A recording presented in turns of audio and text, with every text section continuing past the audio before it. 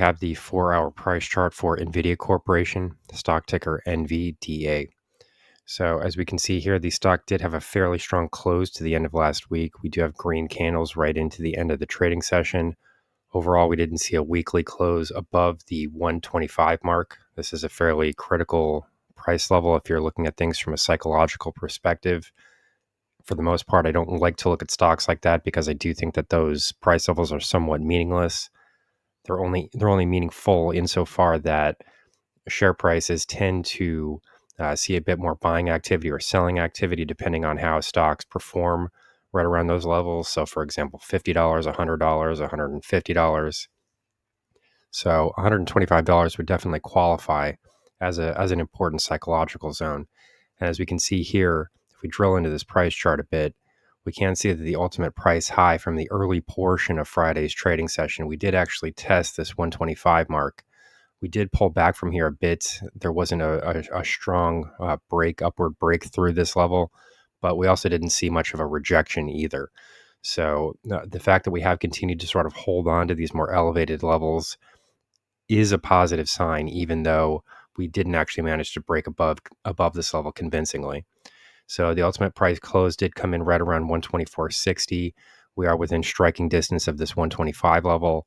It's also possible, it's completely possible that you could see a weekly open on Monday with share prices moving above that 125 mark, sort of just skip right over it. That would create a bit more of a volatile trading situation if you do see something like that, because ultimately a price gap would need to be filled later.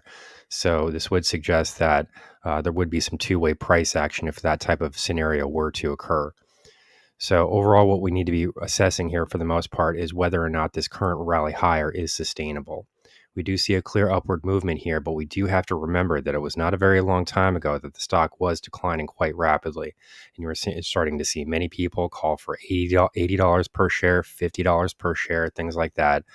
Obviously, those projections were not true, but I do think that it's important to kind of maintain focus here and not lose sight of the very recent past, because, it was not a very long time ago where the entire technology sector was trading under a significant amount of pressure. So, of course, that can happen at any time. So, with all of that in mind, you do need to sort of, drill in here and take a real assessment of what this price movement higher here actually means. In order to get a better assessment of where we currently stand, I would like to do some Fibonacci analysis here. We can use this prior price high, which came in at roughly, let's get the exact number here, the high of 136.15, which came in during the July 11 trading session. People that have been watching my videos know that that's a very important trading session, in my opinion. I think that this is when the entire tide turned here, mostly for the technology space, but it was really for the stock market as a whole. We saw some very widespread selling activity in names like Apple, Microsoft, of course, NVIDIA. There were many major technology stocks that came under significant pressure. Tesla is another example. I did a series of videos on Meta Platforms. Meta Platforms was really one of the names that was hurt most during those circumstances. All of those names are covered in my trading room, where I do cover more in-depth trading strategies for individual stocks. Those stocks are all up handsomely at the moment. And even though we are seeing gains with NVIDIA right now, the gains that are being seen with the small cap stocks in my trading room actually do outperform even gains like this. This NVIDIA performance here has been impressive after posting these lows at 90.69. But we do need to keep in mind that there has been two-way price action here.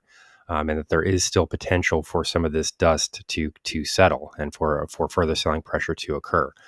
One of the reasons that I point to this comes from the fact that as we're seeing these movements higher here, we're also seeing a decline in trading volumes. So that's not really a positive scenario, not exactly. I mean, you don't really want to see prices moving higher like this, even while trading volumes are moving lower. You would like to see a better confirmation of these rallies in the trading volumes themselves, and we're not really seeing that at the moment. So most of these price bars here on the trading volume graph are positive. So I don't want to take away from that. Most of these bars are positive. You do see a couple of instances of red trading volumes here.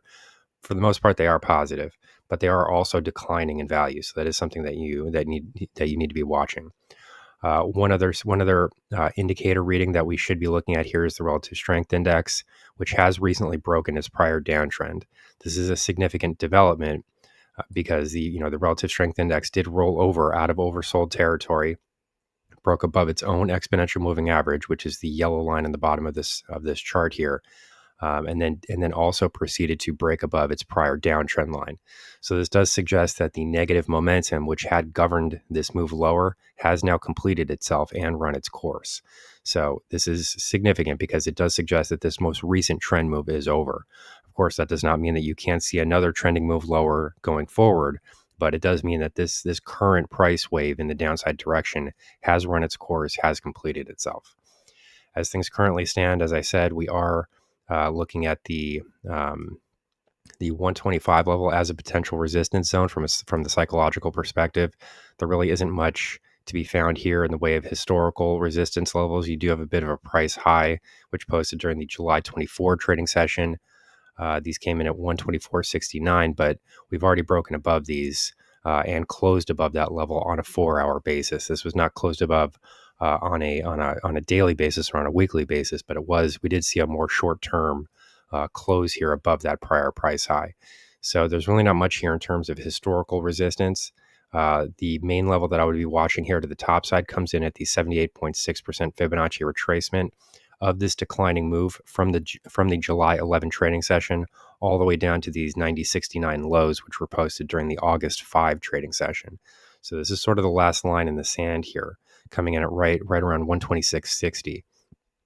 So, in my view, what people are going to be pointing to, if NVIDIA breaks above this 125 level, I think that becomes the news headline on Monday. If we do see a convincing, break above there, possibly a daily close above that level, I do think that that's what you start to hear about in the financial news media. But in my opinion, those psychological levels are not very meaningful.